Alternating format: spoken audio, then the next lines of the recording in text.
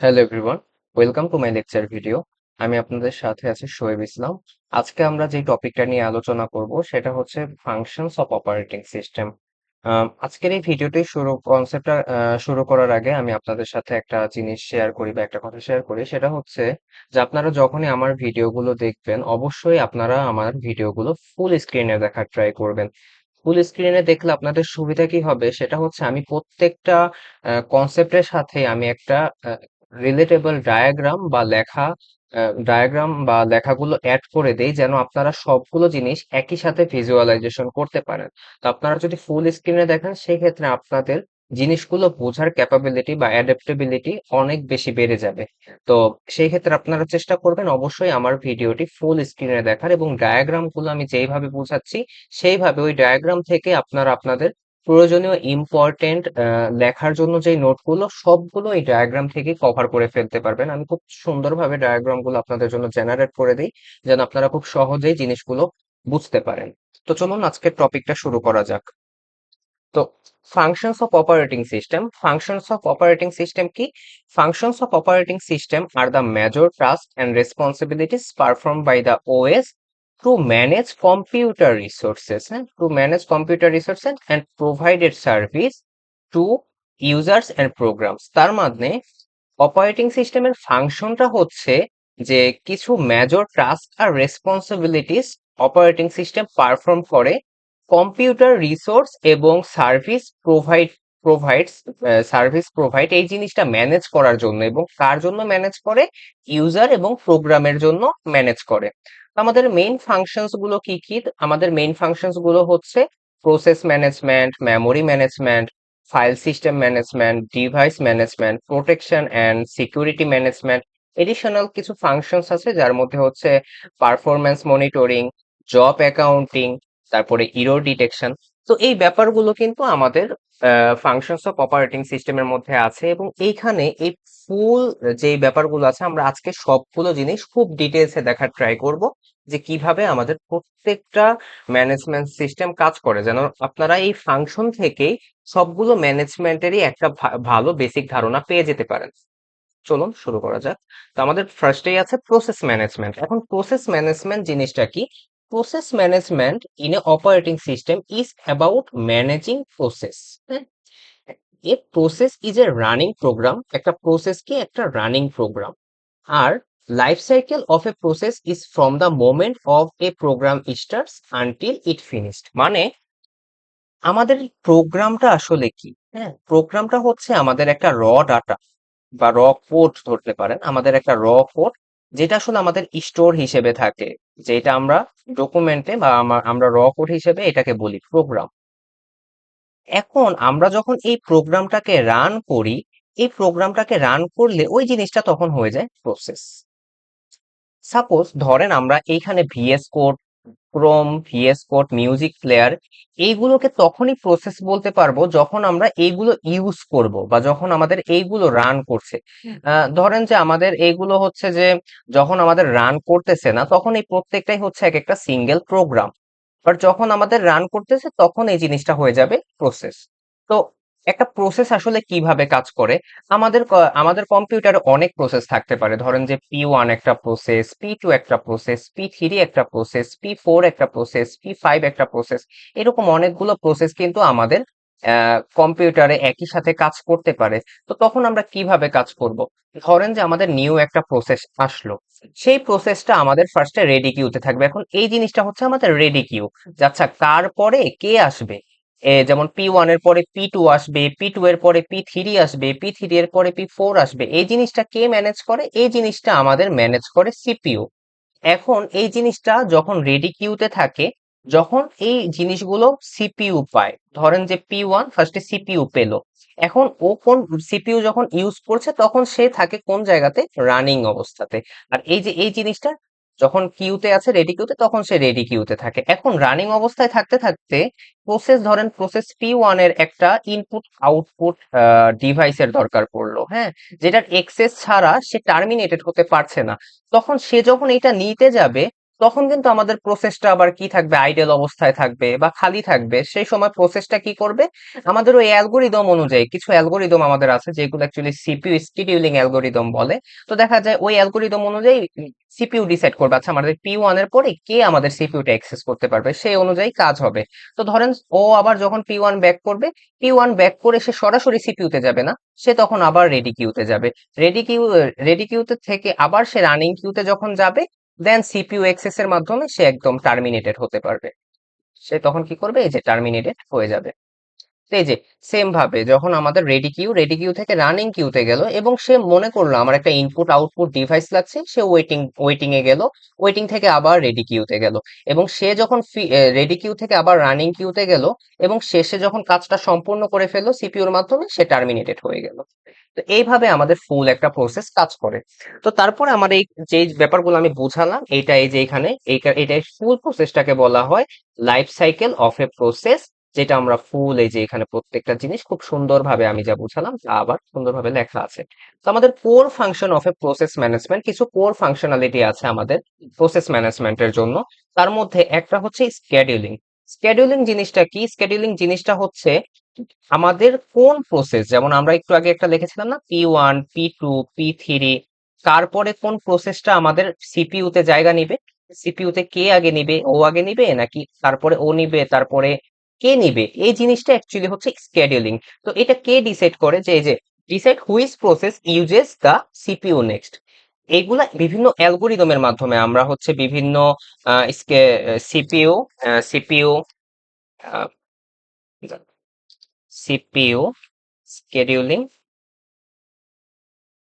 অ্যালগোরিদমের মাধ্যমে আমরা জিনিসগুলোকে আপনার বের করতে পারি। যেমন আমাদের কিছু মোস্ট ইউজড হচ্ছে রাউন্ড রবিন অ্যালগোরিদম, খুবই পপুলার এই এই সিপিইউ স্কেডিউলিং এর জন্য। দেন হচ্ছে আমাদের এসআরটিএফ আছে, আমাদের এসজিএফ আছে। এসআরটিএফ মানে হচ্ছে আপনার শর্টেস্ট রিমেইনিং টাইম ফার্স্ট বা শর্টেস্ট জব ফার্স্ট। দেন হচ্ছে অনেক সময় first come first service, first come first service. এগুলো কিন্তু আমাদের বিভিন্ন অ্যালগোরিদমের নাম। তো এই অ্যালগোরিদম গুলোর মাধ্যমে আমরা বুঝতে পারি যে কার পরে, লাইক কোন প্রসেসের পরে কোন প্রসেসটা আমাদের সিপিইউ তে জায়গা নিবে, এটা আমরা সেট করে দিই। তো আমাদের সিপিইউ ওইভাবে কাজ করে। তো স্কেডিউলিংটা আমরা এইভাবে কাজ করি। যদি মাল্টিপল, এখানে একটা এক্সাম্পল হিসেবে দেওয়া আছে, if multiple processes are ready, CPU is allocated one of us based on the scheduling. যেমন মাল্টিপল প্রসেসই যদি আমাদের রেডি থাকে, সিপিইউ আমাদের ডিসাইড করে আচ্ছা কে আমাদের সিপিইউটা, ওএস আমাদের ডিসাইড করে, অপারেটিং সিস্টেম আমাদের ডিসাইড করে কে আমাদের সিপিইউটাকে এক্সেস করবে। ঠিক আছে। তো তারপরে আমাদের হচ্ছে যে সিনক্রোনাইজেশন।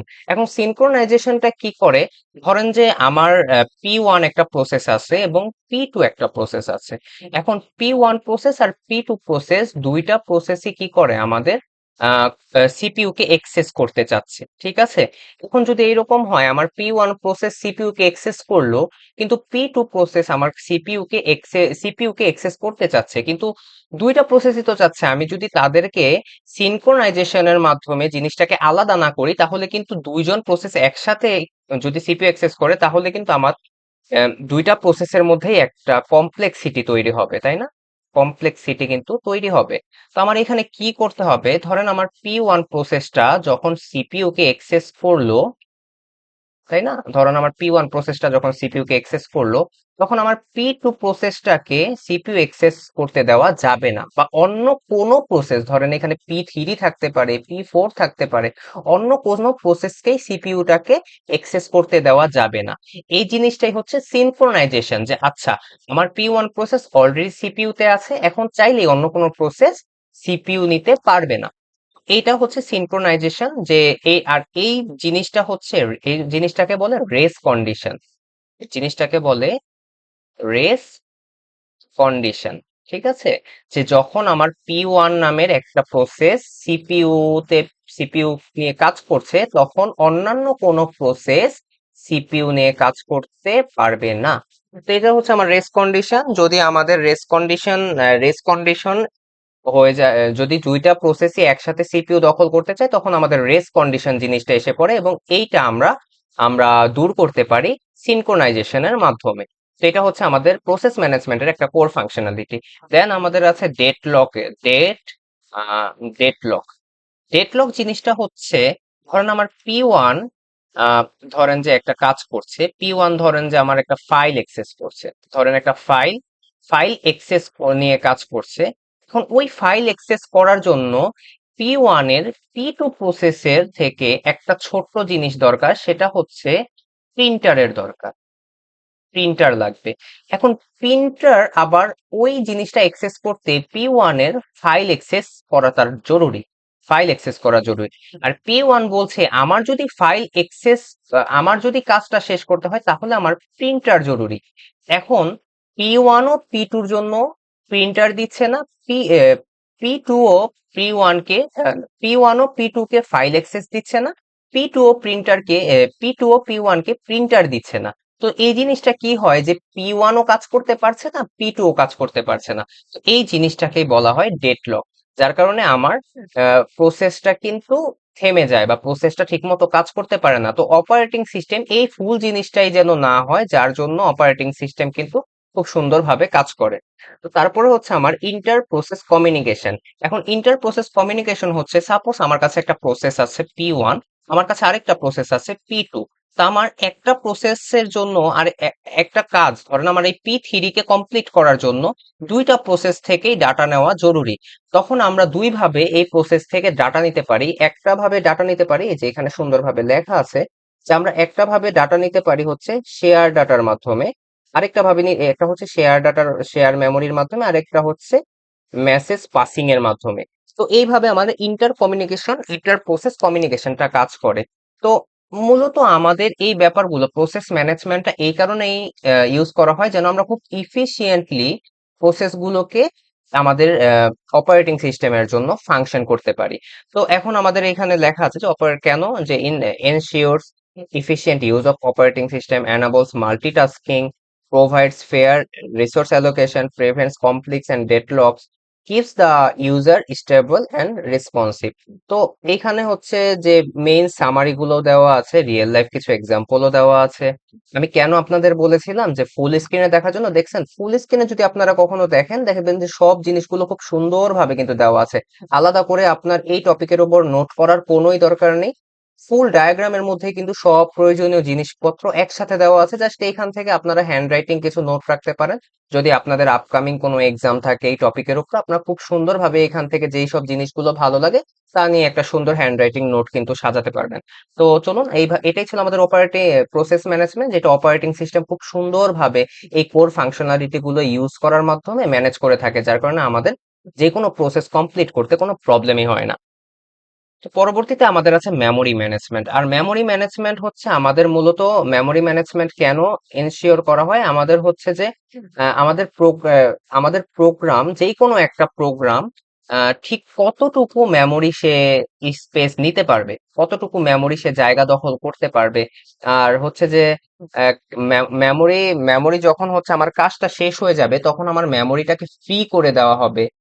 তারপরে হচ্ছে আমার মেমোরিটা যেন ইফিশিয়েন্টলি ইউজ করা যায়। এই ব্যাপারগুলোর কারণে কিন্তু আমার মূলত মেমোরি ম্যানেজমেন্টটা কাজ করে। তো তারপরে আমাদের মেমোরি ম্যানেজমেন্টের মধ্যে দুইটা মেমোরি আমাদের হচ্ছে এখানে আছে, যার মধ্যে হচ্ছে আমাদের প্রাইমারি মেমোরি হিসেবে থাকে র্যাম এবং সেকেন্ডারি মেমোরি হিসেবে থাকে হার্ড ডিস্ক বা এসএসডি। আর আমাদের মেইন গোল মেমোরি ম্যানেজমেন্টটা হচ্ছে, memory management is a process of controlling and managing how memory is used in computer system, ঠিক আছে। আর আমাদের মেইন গোল হচ্ছে মেমোরিটাকে ইফিশিয়েন্টলি এবং সিস্টেমটাকে স্মুথলি যেন আমরা রান করতে পারি, যার জন্য আমরা মেমোরি ম্যানেজমেন্টটা করে থাকি। এখন মেমোরি ম্যানেজমেন্টের কিছু কে অ্যাক্টিভিটিস আছে যেগুলোর মাধ্যমে মেমোরিটা আমরা ম্যানেজ করে থাকি, যেটা হচ্ছে অ্যালোকেশন। প্রথমটাই হচ্ছে অ্যালোকেশন এন্ড ডিলোকেশন। এখন অ্যালোকেশন জিনিসটা কি, ধরুন যে আমরা যখন একটা প্রোগ্রাম রান করছি, operating system operating system memory allocation করে। যেমন আমরা গেম ওপেন করলাম, তো অপারেটিং সিস্টেম কি করবে, একটা র্যাম অ্যালোকেশন করবে, এবং যখন আমাদের প্রোগ্রামটা ক্লোজ করে দিব সে মেমোরিটাকে ফ্রিড করে দিবে, বা মেমোরিটাকে সে মানে ফ্রি করে দিবে। ফ্রি করে দিলে কি হবে, আমাদের গেমটা যখন ক্লোজ তখন অপারেটিং সিস্টেমটা কি করে, র্যামটাকে ফ্রি করে দিল, মানে প্রাইমারি মেমোরিটাকে ফ্রি করে দিল। সেই ক্ষেত্রে আমাদের ধরেন P1 এ ছিল গেম খেলা, P1 এর জন্য যখন ফ্রি হয়ে গেল, তখন যখন সিপিইউটা ফ্রি হয়ে গেল, তখন সেই সিপিইউতে আমাদের P2 সিপিইউটা নিয়ে কাজ করতে পারতেছে। তো এইভাবে কি মেমোরিটা খুব সুন্দরভাবে কিন্তু অপারেটিং সিস্টেমের মাধ্যমে খুব সুন্দরভাবে রান করতে পারতেছে। তারপরে আমাদের হচ্ছে প্রোটেকশনের একটা ব্যাপার থাকে। প্রোটেকশনটা কি? ধরেন যে protects one process from accessing or damaging another process memory. ধরেন একটা প্রসেসের জন্য আমাদের একটা মেমোরি স্পেস দেওয়া আছে। এখন সেই প্রসেস ধরেন P1 এর জন্য যেই মেমোরি স্পেস, P2 যদি সেই মেমোরি স্পেস নেয়, সেই ক্ষেত্রে কি হবে? আমাদের আরেকটা প্রসেসের মেমোরি কিন্তু ড্যামেজ হবে। আর এইভাবে Chrome cannot access V X codes memory. আমাদের এখানে মেইন গোলটা কি? Run processes safely without interfering each other. তো আমাদের ক্রোমের প্রসেসটা কখনোই কিন্তু ভিএস কোডের প্রসেসকে যেন এক্সেস না করতে পারে। তারপরে আমাদের আছে ভার্চুয়াল মেমোরি। আমাদের অনেক সময় হয় কি, আমরা যদি কোনো লাইক এরকম হয় যে আমরা ভিডিও স্ট্রিমিং করি, লাইভ স্ট্রিমিং করি কোনো ভিডিওর, হ্যাঁ। লাইভ স্ট্রিমিং করলে কি হয়, আমাদের র্যামে যেই জায়গাটা থাকে ওই জায়গার সাথে আমাদের কিছু এডিশনাল স্পেসের দরকার পড়ে।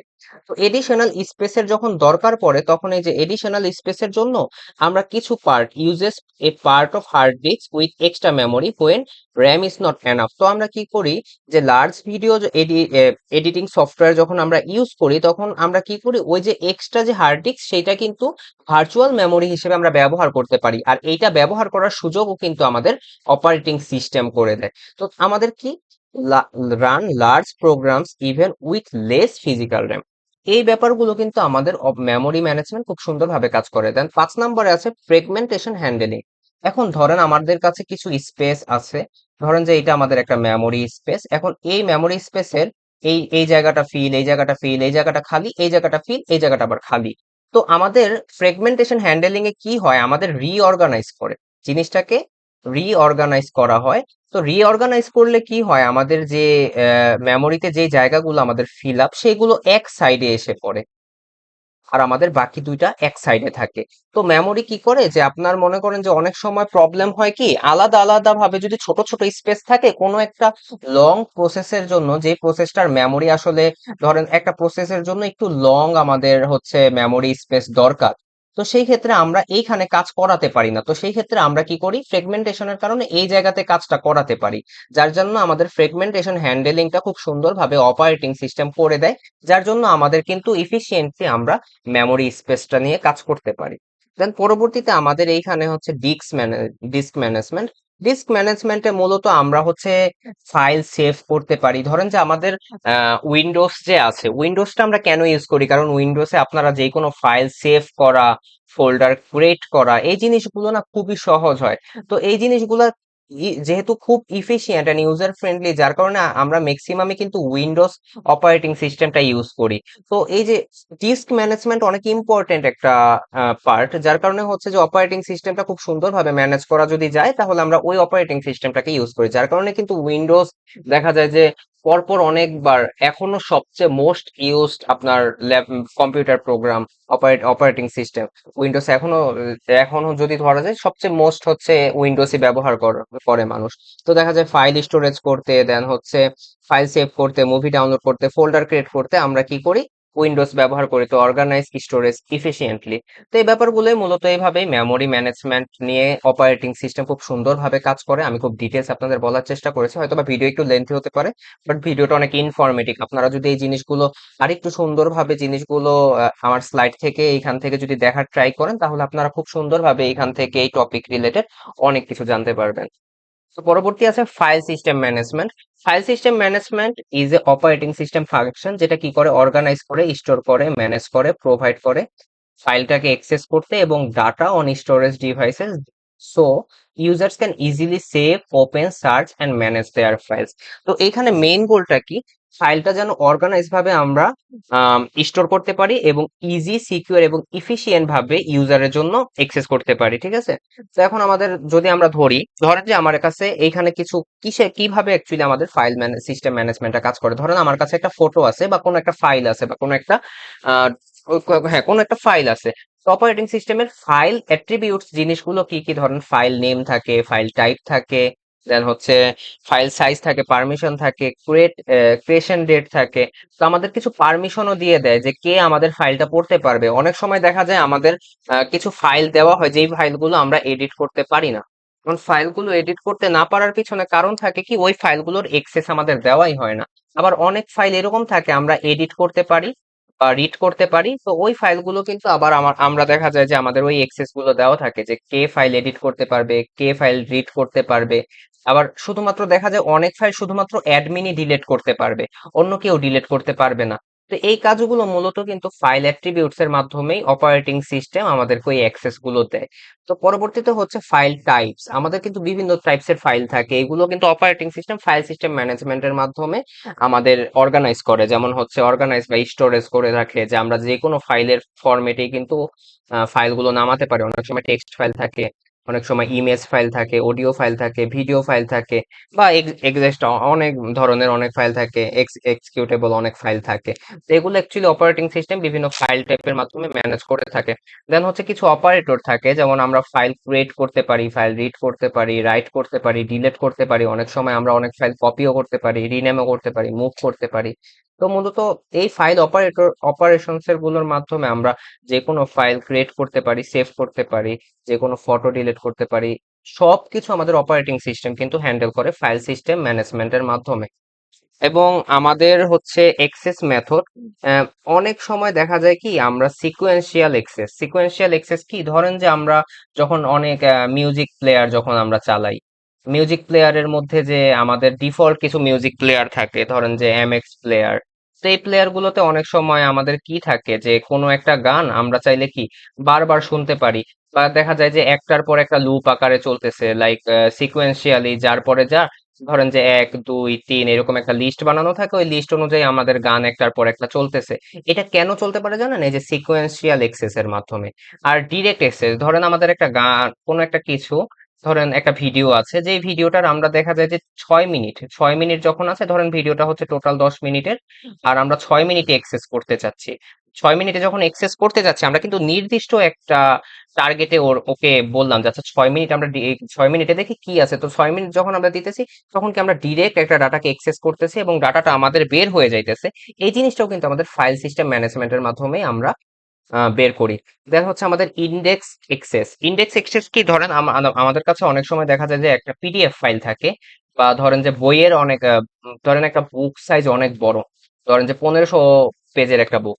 তখন আমরা ইন্ডেক্স পেজ লিখে আমরা যখন ধরি যে আচ্ছা 486 পেজে আমাকে নিয়ে যাও, আমরা ইন্ডেক্স পেজে 486 দিলাম, আমাকে সরাসরি 486 পেজে নিয়ে যায়। এটা কিভাবে নিতে পারে? বিকজ আমরা ইন্ডেক্স এক্সেস কিন্তু অপারেটিং সিস্টেমের ফাইল সিস্টেম ম্যানেজমেন্টের মাধ্যমে অপারেটিং সিস্টেম ওই ফাইলটার সাথে কানেক্টেড করে রাখছে, যার কারণে আমরা ইন্ডেক্স পেজে ওই জিনিসটা সার্চ দিলেই কিন্তু আমাদের ওই জিনিসটা এসে পড়ে। তো এইভাবে মূলত আমাদের operating system file system management নিয়ে কাজ করে। পরবর্তীতে আমাদের হচ্ছে ডিভাইস ম্যানেজমেন্ট। এখন ডিভাইস ম্যানেজমেন্ট কি করে? অপারেটিং সিস্টেমের বিভিন্ন কন্ট্রোল ম্যানেজ কমিউনিকেশন,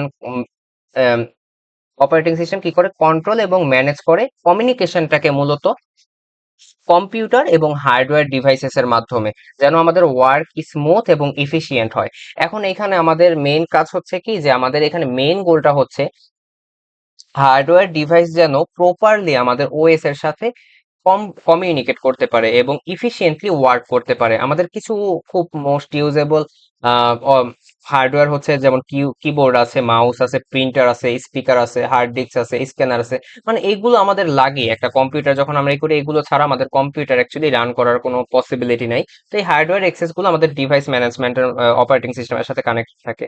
এখন অপারেটিং সিস্টেমের সাথে হার্ডওয়্যার ডিভাইসেস এর যে কানেকশনটা হয়, ওইটা অ্যাকচুয়ালি যার যার জন্য কানেক্টেড হয়, সেই জিনিসটার নাম হচ্ছে ডিভাইস ড্রাইভার।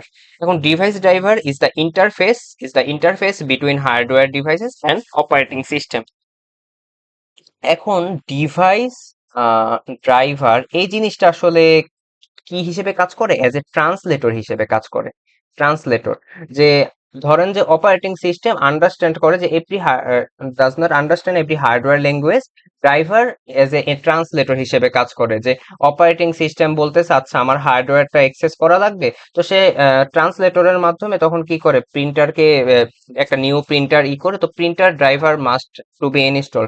যখন আমরা যে কোনো প্রিন্টার বা আমরা দেখা যায় যে যে কোনো একটা টাচ প্যাড, যে কোনো কিছু যখন আমরা কিনি, আমাদের কিন্তু একটা ড্রাইভার ডাউনলোড করতে হয়, ইনস্টল করা লাগে। ওই ড্রাইভার ছাড়া কিন্তু ওএস কমিউনিকেট করতে পারে না ওই হার্ডওয়্যারটার সাথে।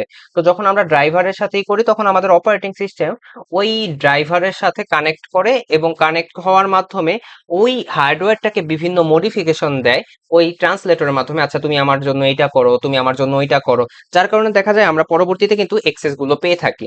তো এইভাবে মূলত আমাদের ডিভাইস ড্রাইভার্সটা কাজ করে। দেন হচ্ছে আমাদের 2 নম্বরে আছে যে কি কি জিনিসের, যেহেতু আমরা এখন দেখতেছি যে কি কি জিনিস দিয়ে অ্যাকচুয়ালি ওই ডিভাইস ম্যানেজমেন্ট অপারেটিং সিস্টেমের মাধ্যমে কাজ করে। Buffering and caching. এখন বাফারিং জিনিসটা কি? ধরুন যে অনেক সময় দেখা যায় কি আমাদের আহ, এই যে টেম্পোরারি স্টোরেজ বা হচ্ছে আমাদের ডাটা আর কি দেখা যায় কি অনেক স্লো, বা আমাদের ভিডিওটা অনেক স্লো। অনেক সময় দেখা যায় যে রাউন্ডিং হচ্ছে একটা ভিডিও অনেক রাউন্ডিং হচ্ছে। তো এই ব্যাপারটা কেন হয়? এই ব্যাপারটা হচ্ছে যে আমরা আসলে আহ, যেই ডিভাইসটা বা যেই প্রসেসটা নিয়ে কাজ করছি ওই প্রসেসটার হতে পারে যে আম, আপনার ডাটা ফ্লোটা অনেক বেশি, ডাটা ফ্লোটা ডাটা ফ্লোটা ফ্লো বেশি, বা হতে পারে অনেক সময় কম। তো বাফারিংটা কি করে? একটা টেম্পোরারি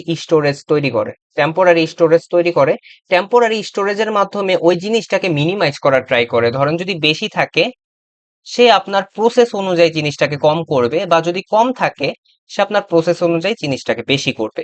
তো এইভাবে মূলত জিনিসটা কাজ করে, যেটা হচ্ছে আমাদের বাফারিং হিসেবে কাজ করছে। আর ক্যাচিং জিনিসটা হচ্ছে, ধরুন আমি খুব রিসেন্টলি আমার ব্রাউজারে কোনো একটা জিনিস সার্চ করছি, হ্যাঁ, খুব রিসেন্টলি একটা জিনিস ধরেন যে সার্চ রিসেন্টলি একটা জিনিস সার্চ করেছি।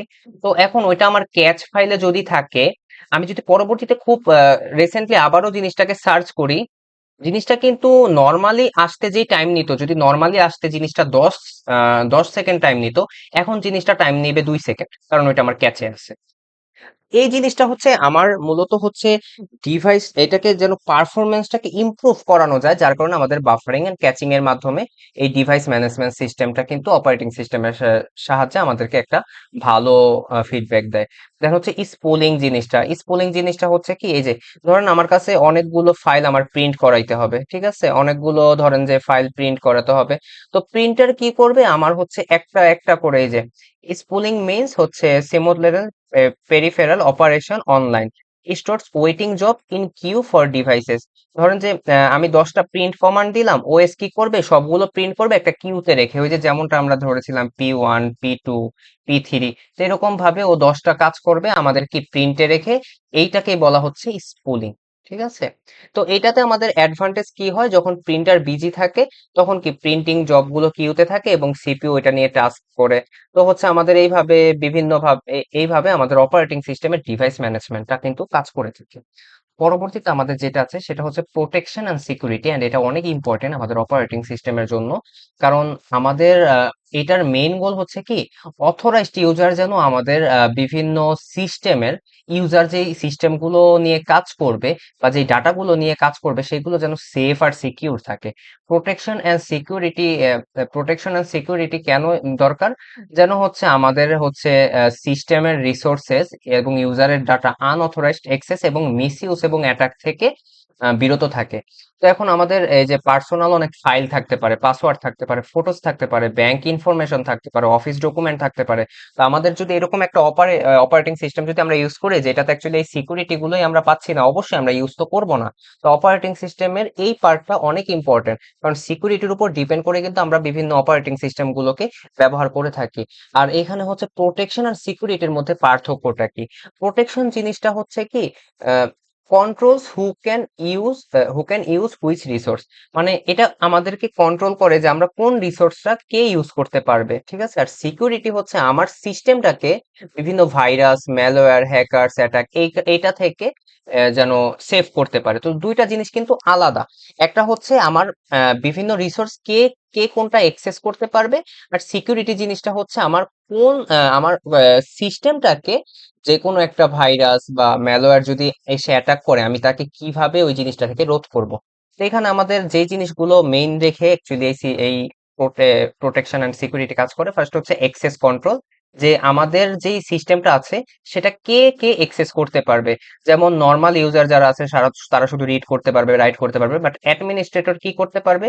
রিড করতে পারবে, রাইট করতে পারবে, ডিলেটও করতে পারবে সিস্টেমের ফাইল, আবার চেঞ্জও করতে পারবে, সেটিং চেঞ্জও করতে পারবে। আর এইভাবে কি হয় যে প্রিভেন্ট করে আনঅথরাইজড অ্যাক্সেস এবং মিসইউজ অফ রিসোর্সেস। তো এটা কি অ্যাক্সেস কন্ট্রোলের মাধ্যমে ডিসাইড করে যে ইউজার কি করে, ইউজার আর process can access which resource, কে কোন রিসোর্সটা এক্সেস করতে পারবে, and what operations they can perform, এবং তারা কি ধরনের অপারেশন তার মধ্যে চালাতে পারবে। আর অথেন্টিকেশন হচ্ছে কি, আমরা যখন কোনো একটা প্রসেসে কাজ করি, আমাদের আইডেন্টিটি, ইউজারের আইডেন্টিটি যেন ভেরিফাই করা হয়। আমরা যখন দেখা যায় অনেক সময় ফোনের মোবাইল অপারেটিং সিস্টেমে যে জিনিসটা হয় যে আমরা পাসওয়ার্ড দেই বা পিন দেই, যে কোনো জায়গাতে, আমরা ল্যাপটপে, পিসিতে, সব জায়গাতে password, pin, fingerprint, face lock এই জিনিসগুলো ইউজ করি। কেন ইউজ করি?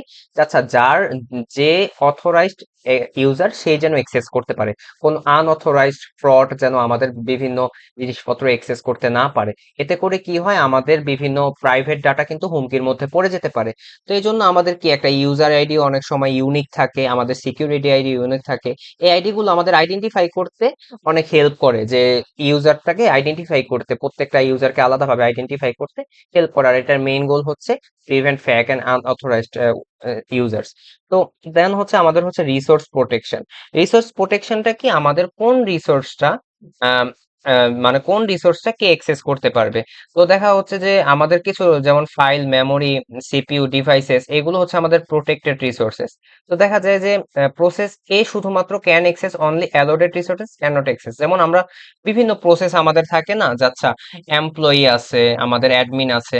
এখন আমাদের এমপ্লয়ি যেগুলো অ্যাক্সেস করতে পারবে, বা যেমন আমাদের অ্যাডমিন যেগুলো অ্যাক্সেস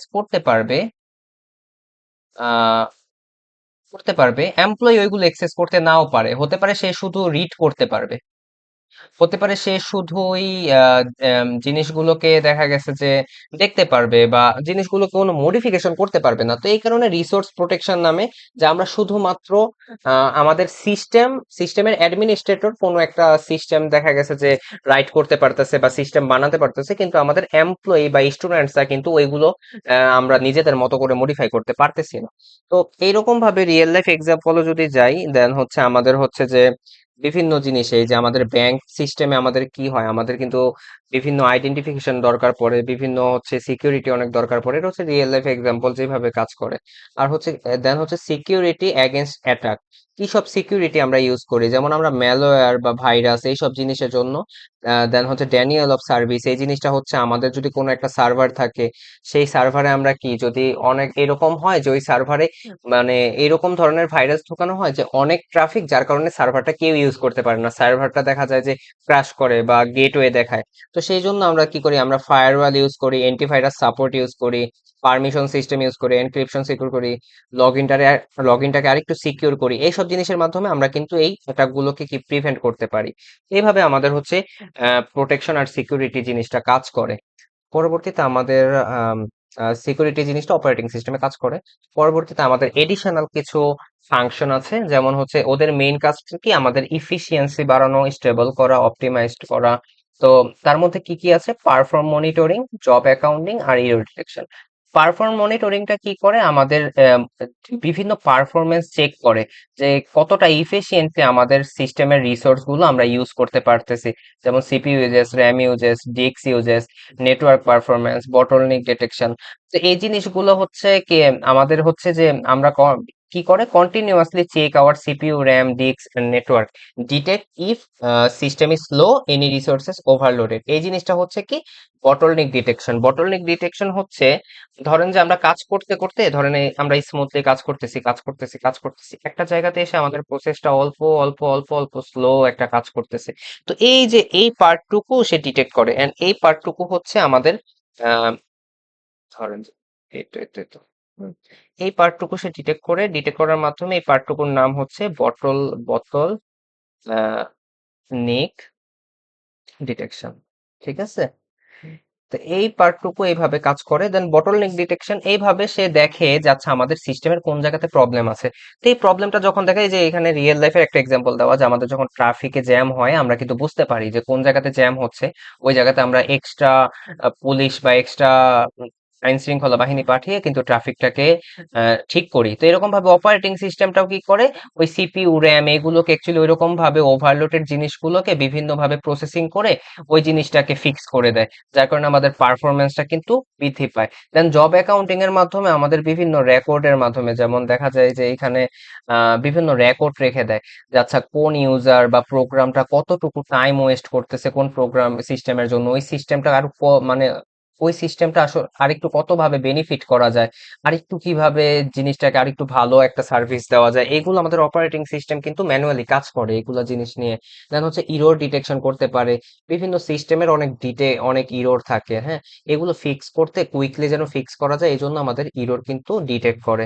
তো আসলে আমাদের দেখা গেছে যে এইগুলোর জন্য আমার অপারেটিং সিস্টেমটা ইরোরটা ডিটেক্ট করার জন্য ইরোর একটা লগ ইন রাখে, রেকর্ড রাখে, সিস্টেম ইরোর্স কি কি জিনিস নিয়ে সিস্টেমটা আগে ইরোর্স দেখাইছিল এই জিনিসগুলো রেকর্ড রাখে। দেন হচ্ছে ট্র্যাক রাখে যে প্রবলেমটা কোথায় অকিউর হয়। দেন হচ্ছে মেমোরিতে আমার হচ্ছে যে মেমোরি ইনফো গুলো একটা ক্র্যাশের মধ্যে সেভ রাখে, যেন আমার ইরোরটা যদি যেই কারণে ইরোরটা ধরা দিয়েছে ওই ইরোরটা যদি আবারও দেখা দেয় সেটা যেন খুব সহজে আমরা সলভ আউট করে ফেলতে পারি। তো এরকম ভাবে যে যদি কোনো অ্যাপ সাডেনলি আমার ক্রাশ হয় তাহলে অপারেটিং সিস্টেম কি করে, একটা ইরর রিপোর্ট দেখে, creates an error report and saves crash information and help fix the operating system in future. মানে একটা প্রবলেম যখন অকিউর হয় সে সেভ করে রাখা আচ্ছা এই প্রবলেমটা হয়েছিল এবং এইভাবে সলভ করেছিলাম। তো পরবর্তীতে যখন জিনিসটা আবার অকিউর হয় সে খুব ইজিলি ওই জিনিসটা দেখেই সলভ করে ফেলতে পারে। তো এইগুলোই ছিল functions of operating system all about. আমি ট্রাই করেছি, আমি জানি ভিডিওটা একটু বড় হবে বাট আমি চেষ্টা করেছি যেহেতু আমাদের ফাংশনটা শুধুমাত্র অন দা নেমেই আমি যতটুকু দেখলাম অনেকেই দেখলাম শুধু অন দা নেমেই জিনিসটা চলে যাচ্ছে। তো আমি চাচ্ছিলাম যে জিনিসটা আপনারা খুব ভালোভাবে একটু ফিল নিয়ে বুঝেন যে আসলে জিনিসটা কতটা ইম্পর্টেন্ট। কারণ আপনি যদি অপারেটিং সিস্টেমের ফাংশনসই না বুঝেন তাহলে অপারেটিং সিস্টেমের যখন ডিপ লার্নিং এ যাবেন তখন জিনিসগুলো কিভাবে বুঝবেন। তো এই কারণে আমার একটু ভিডিওটা বড় হয়ে যেতে পারে, আপনারা একটু ক্ষমার দৃষ্টিতে দেখবেন।